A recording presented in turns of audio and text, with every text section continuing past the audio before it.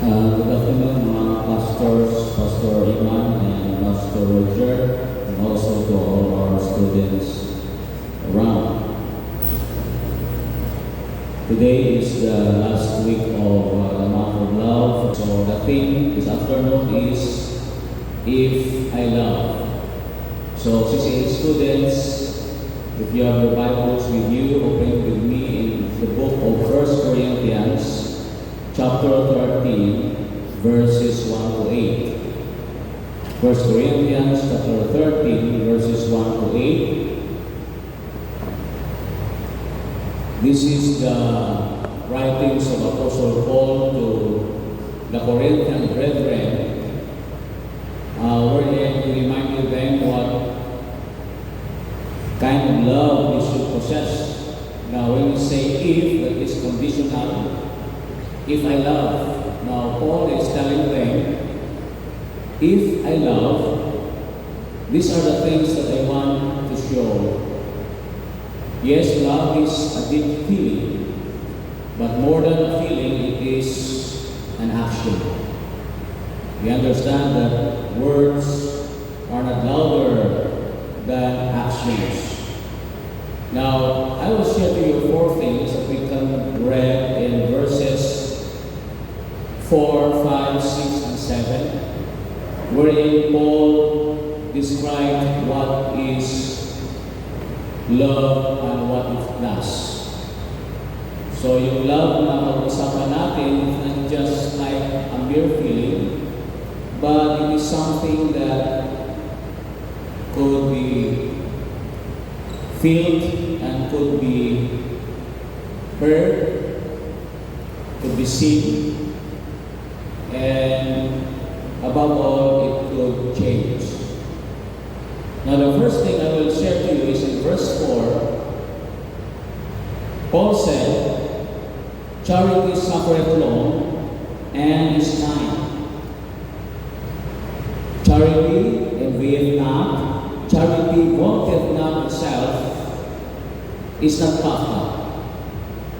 You students of Christian colleges of Southeast Asia, say you are so blessed because weekly you have God's Word. Yes, indeed, the fear of the Lord is the beginning of what?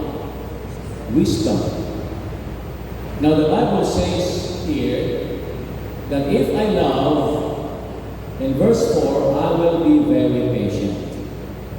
The Bible says, love suffereth long. Patient. What is patient then? Patience means we are able to accept or tolerate delays, problems, or suffering. Now, this is the common problem of the young people, wherein we could not wait. There was a saying that goes, true love waits. But being impatient, oftentimes the hindrance to realize your successes. Now notice in this verse, the Bible says, it is kind, never jealous, nor envious. Now if you tolerate something, it shows kindness.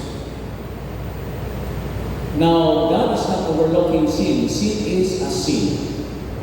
But we people, sometimes, we are encountering unlovable people. Are you patient? The Bible says, if I love. Now, this is not the kind of love where there is a mutual benefit. The phileo love, or the filial love. This is the agape love, or the love of God, which is sacrificial. So you love the person in spite of his shortcomings. Now, sometimes there are delays. Sometimes there are problems that will arise, but you must be patient. Now, being a student is really a long, long journey from first year to fourth year, but you you must possess this kind of trait, being patient. Paul said, I will not want to be like other people so much that I get angry with them. Now, sometimes we got jealous. Maybe your classmate is smarter than you. Maybe your classmate is more skillful than you. But the Bible says what? You must not be envious. Now, sometimes we want to be like them, that we want them to what? To suffer. That is jealousy. You know the sin of jealousy? This is common. Now, if there are classmates of yours that are wiser than you must work with them instead of pulling them down. The Bible says that I will not tell people how they are. It says here, it vaunteth not itself.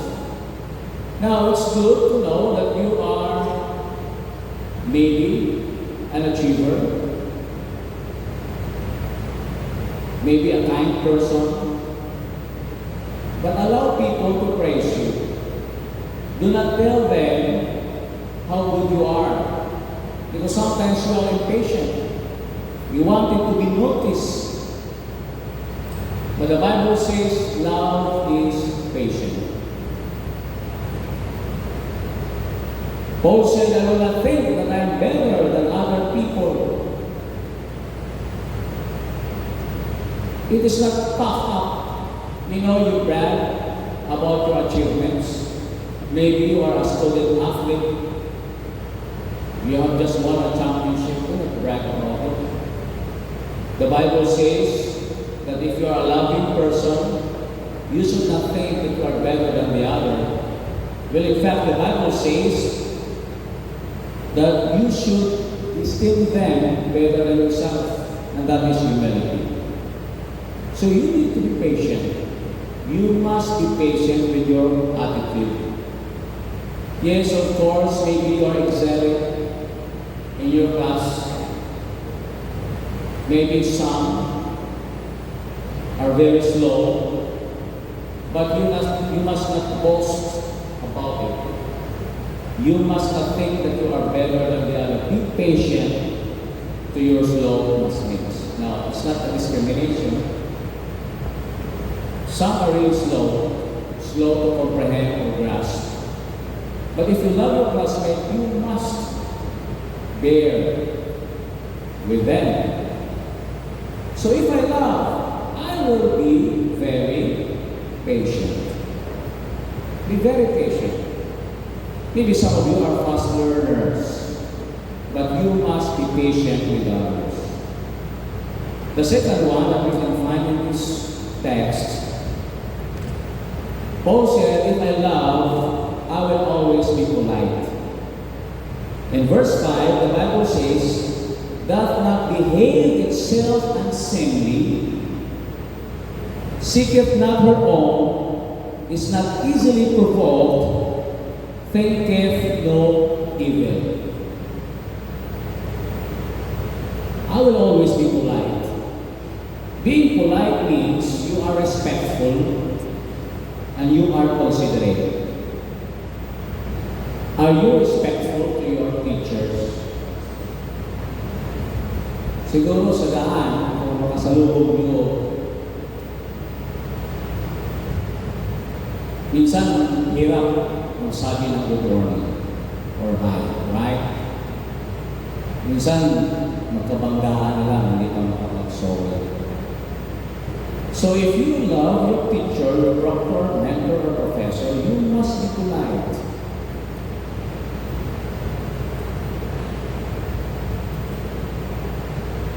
Respect is one of our core values here at CCSA. So respect doesn't only confine to your professor, but also to your fellow classmates. You must respect their values. Respect their privacy. Maybe sometimes you are too noisy. You talk a lot inside the classroom, and some do not focus.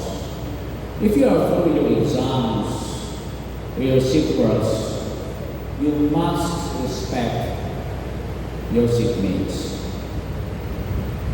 You must be considerate, and that is being polite. Considerate in the sense that you should not allow your competitive spirit to let them down. Kasi yung iba talagang nahihirapan na, pero gusto natin kasi mabilis. Pag mayroong allotted time, pag hindi pa expired yung time limit, you must be considerate to your classmates na hindi pa tapos. So, be quiet. Allow them to think. And if you can pray na sana maalala niya ang lahat ng pinag-aralan, being considerate. Yet the Bible is telling us in verse 5, also think about what other people want. So that is being not what? Selfish. It seeketh not her own. Kasi pag sarili natin ating iniisip, hindi tayo naging considerate. So where is the love? Kasi love overlooks sin. Kaya sabi ng Bible, love covers all transgressions. Kasi we are not only thinking of our own interests. Minsan kasi, pag yung kasamahan natin ang kamali, ang hirap mag-adjust. Kung tayo naman ang kamali, gusto natin na tayo hindi agad. Now, the Bible says, I will not get angry quickly. Being polite or respectful, kapag hindi agad-agad tayo nagagalit. Nung sabi ng Bible, is not easily provoked. Minsan dyan sa klase, we are always throwing a joke. Minsan kung tayo naman ay patanggap ng mga berong ay agad tayo napipikon. So huwag kang agad magagalit. Now especially when there are things na for you it seems not right, pag may narinig ka, you better investigate. Magtanong. Kasi minsan nagagalit tayo pag hindi natin napakinggan yung whole story or both sides. So if you heard some unwanted advice from our classmates na para bagang na tayo lang ay dininintahan o tinuturuan, tingin naman natin na wala tayong pagkukulang, dinahirap yun. Minsan, mabilis tayong magalit. Paul said, I will not always be remembering the wrong things that other people have done to me. Kasi you are respecting their own also, their own opinion. Minsan kasi may mga tao na hindi talaga natin sila turuan o madiktahan. Kasi pag we have their own understanding or prejudice, mahirap. Mahirap kasi ayaw mo nila talaga umintindi pag ikay napapaliwanag. So what are you gonna do? Just forgive. And do not remember. Kasi minsan wala tayong respeto sa ating kapwa. Pag tayo nasaktan, we will bring things na tagal na nangyari. So what will happen? Ano mangyari dyan? You are filled with what? with anger.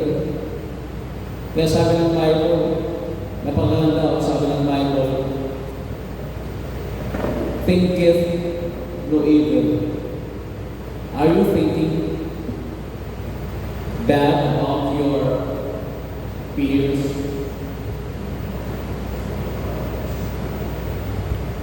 Are you thinking bad on the things that you don't like to hear? Eh kasi, minsan, no, meron tayong naririnig na ayaw namin makinggan. Well, the Bible says, sabi ng Panginoon dito, through Apostle Paul, na hindi ako mag-iisip ng masama. Now, if you love your family, if you love your brother or sister, dapat may tiwala tayo. We will not think evil. Kasi that is trusting. No, napakaganda talaga ang turo ng Biblia in regards to love. Think it no evil. Hindi tayo mag-isip ng masama. Mayroon. Kasi pag negative palagi yun sa utak natin, lumalabas sa buwangan natin negative. Kaya totoo yung sa akin na your impression is your expression. So napakaganda ang sabi ng Bible dito, do not think evil. So you must be one, respectful or considerate. That is being polite. The third one, in verse 6, Paul said, if I love, I will be peaceful. Are you a peace-loving person? May mga tao kasi na pag walang peace, parang boring. So nagawa talaga sila ng mga schemes, mga bagay-bagay na kung saan ay magdudulot ng kalituhan. So sabi ng Bible dito, in verse 6, if I love, Paul said, I will not be happy about bad things. Rejoiceth not in iniquity. May mga tao pag mayroong mga di kaya-ayang mga pangyayari sa buhay nila ay sila natawa. The Bible says you must mourn with those people who are mourning and rejoice for those people who are rejoicing. Eh kasi pag yan yung ugali mo at sa kapatid mo, masaya ka pag siya ay nasa-suffer. Ibig sabihin, hindi mo sila. Or any relationship. So pag may mga di ka mga bagay na nangyari, you must not be happy about it. But instead, Paul said, I will be happy about things that are right and true. Ano sabi ng Bible dyan? But rejoiceth in the truth. Minsan kasi yung culture natin Pilipino, pag nagkamali, tawanan ka natin. Pag nadapa, tawanan ka natin. Okay lang siguro parang nabiglaan tayo, pero intentionally, napagtawanan natin ng mga bagay-bagay na hindi maganda, no? Kahit na yung mga sarcastic, yung mga green jokes, may libang tayo niyan. Minsan, natawa pa tayo. Sabi ng Bible, no, you should not be happy about things that are not true and right. Hindi tama eh. Pag mali, huwag kang matuwa. You know, being peaceful means you are not involving in any violence.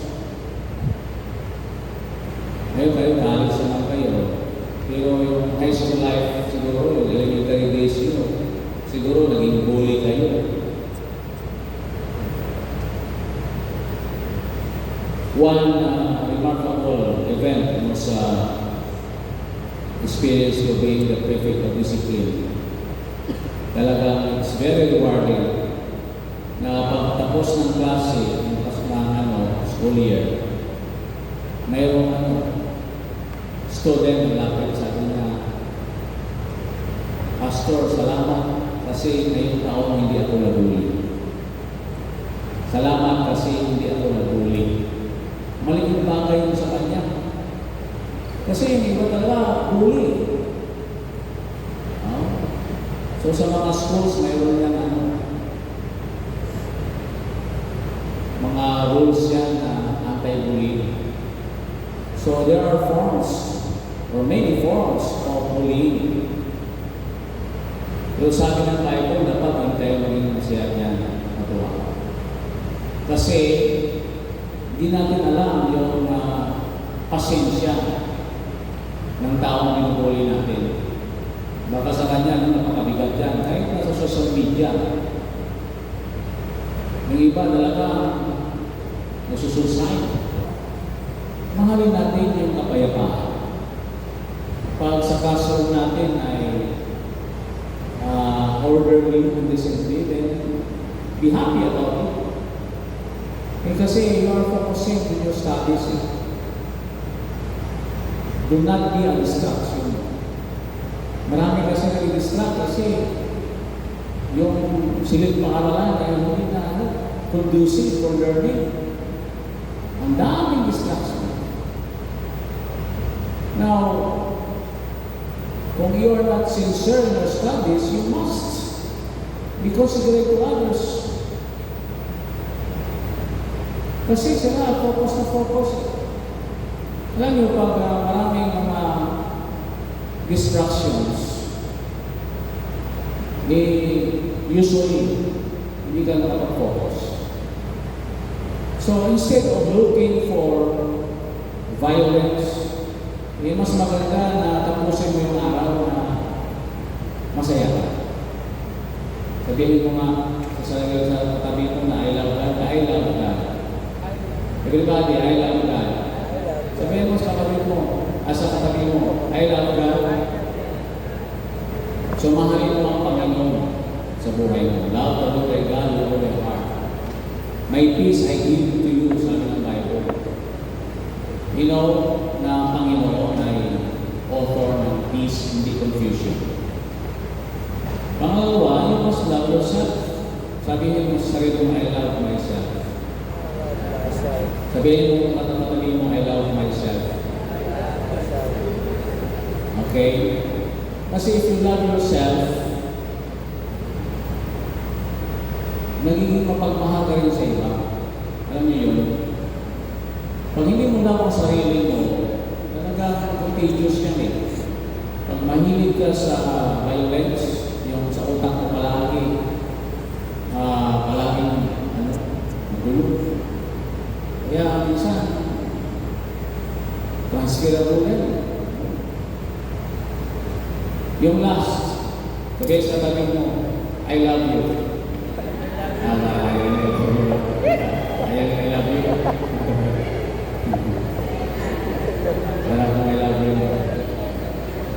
Kasi yung I love you na yan, hindi ka makapagsabi na I love you if you don't love yourself. Alam nyo, kung gusto talaga yung pagmamahal nyo overflowing, dapat talaga sa sarili nyo, you are filled with love. Kasi ang man of peace, may peace yan eh, sa sarili niya, tama? Pag wala kang peace of mind, talaga, sabi ng Bible, a double-minded man is unstable in all his ways. Kaya pagpasok mo sa school, dapat makapag-pray ka na, pagpasa ka ng Word of God. So you are preparing yourself na sana, Lord, maging channel of blessing. Hindi ka magpakopya. Pero yung kalakan mo ba, baka may maitulong na sa classmate mo, sa research, o problem solving.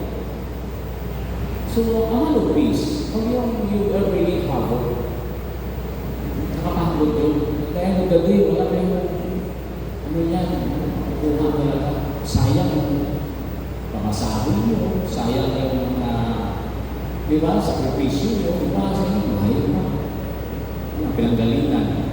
The fourth one is I will be persistent. Paul said. Sabi niya dito in verse 7, if I really love people, I will never stop loving them. Ano sabi ng Bible? Bear all things. Whatever things may happen. Sabi ng Biblia, believe in all things, hope in all things, endureth all things. Sabi ni Pablo, whatever things may happen, I will still continue to love. Kasi yung persistence, ibig sabihin yan, you are continuing firmly in spite of difficulty and opposition. So hindi mo natin yan maiwasan. There are people na will dislike us. Ano talaga sa atin? But still you need to love them. That is loving the unlovable. You know, si Jesus, maraming mga opposers eh. Pero love niya sila. Hindi sabihin na na-disagree siya. Hindi niya na love. Kaya sabi niya, be angry and but sin not. Di porket nag-say no ka, di nakipag-away ka na. So, ayaw mo lang papapya. Kasi hindi naman yung deserve it. Pinaghirapan mo yan. At saka, you're not really helping him at all pagka nagaganon. Kasi tinuturuan mo sa maging lazy. Dependent sa iyo palagi. But you want to stop loving them. Kahit anong difficulties na yung inaharap ay dapat uharapin pa. You must not stop loving people. So siguro sa bahay niyo, parang mahirap. Uwi sa bahay, galing sa school. May mga tao na parang hindi talaga nakakatulong. Siguro may neighbor ka rin. But you must not stop loving them. Kaya, still believe in them. Kaya mga teachers, we don't stop loving students. Kasi we still continue to believe. Kayanin mo yan, kaya mo yan, at kakayanin mo. Kasi minsan hindi mo talaga sukatan yung pagka talagang inborn ng katalinuhan. Minsan kasi talagang napaka-tamad na natin yung aral. Meron talaga iba, no? Talagang mataas yung IQ. Magaling makaintindi. Pero wala namang imposible pag tayo naniwala sa Panginoon. Sabi ng Bible, if you need wisdom, you must ask God. Tsaka, sabayan mo rin na ng pagiging earnest, diligent. Kaya sabi ng Bible, sa Timothy 15, kay Timothy, sabi ni Paul, study to show thyself approved unto God. The word study there, it means be diligent. Magpursige ka. Kailangan, sabi nga, magsulog ka ng ilan, ng literal. It's just a figure. Magsulog ka ng ilay. No? And don't stop believing in yourself. Kaya mo yan. You know, sometimes kasi, we don't trust ourselves. Pero minsan kasi, we are not really unleashing our full potential kasi may takot tayo, hindi natin na-try. Kaya si Paul sabi na, I will continue to hope for good things. Meron naman tayo. Nasabihin natin, you are hoping all things. Yun ang kagandahan sa faith. Yung faith, we are trusting God sa kanyang promises. Kasi yung nature ng Panginoon, hindi yan change. I, the Lord, will never changes. So ask God's wisdom. Ask God's guidance. Saka makikita mo naman yan na ang Panginoon talaga ay tutulong sa iyo. So you must hope all things. You must be patient and strong. Kailangan natin yan palagi. So sabi ng Bible, endure all things. And in verse 8, charity never faileth. Okay? So ibig sabihin, love will never end. Pag love mo kasi isang bagay, hindi ka nagsasawa niya. No? Kasi alam mo yung purpose niya. So, Just love. Love your subject. Huwag lang aminin. Especially those difficult subjects. Dapat matutunan ng mahalin niya. And be persistent. Huwag lang yung favorite ng the teacher. May ganun. Gusto ko yung subject niyan kasi magaling mag-explain yung teacher namin. Gusto ko subject niyan kasi malaki ang bigay ng grades yung teacher namin. Pero alam nyo, kung saan yung mas mahirap na subject dapat matutunan nyo yung mahalin. Kasi lahat yan dapat pantay-pantay. Kaya nga sabi yung endure it offering. At saka, full of hope na talaga makayanan natin yan. So, pag nagmahal tayo, dapat lang na yung mga characteristics na yung dapat na-process natin. So, we will ask about that sa Panginoon. Lord, give me love. Tandaan natin, you must not stop loving. You must not stop loving. Even those difficult people, you must not stop loving. Kasi that shows that we are the children of God. Let's stand. Lord, we come to you this evening, and thank you so much, Lord, for loving us unconditionally. You died on the cross. You are patient with us. Thank you, Lord, for your unconditional love. And Father, thank you, Lord, because though we are sinners, still, Lord, you loved us. And you also considerate. Thank you, Lord, that you died on the cross of Calvary for our sins. And Lord, you brought peace in this world through your death. The thief comes to steal and destroy, but you, Lord, give us peace. Our deeds, even our very nature, speaks against you. But still, O Lord, you are so patient. Help us, dear Father, that the peace that passes all understanding will guard our hearts and minds, O Lord Jesus Christ. And that is the fruit of the Spirit, if we will just surrender our lives to you. And help us, dear Father, that we will be persistent in loving people, all the people, because you've shown it first that you love all the people of the world, that you gave your only begotten Son. And help us, dear Lord, to be persistent in loving even those people who oppose us. Help us, dear Father, to have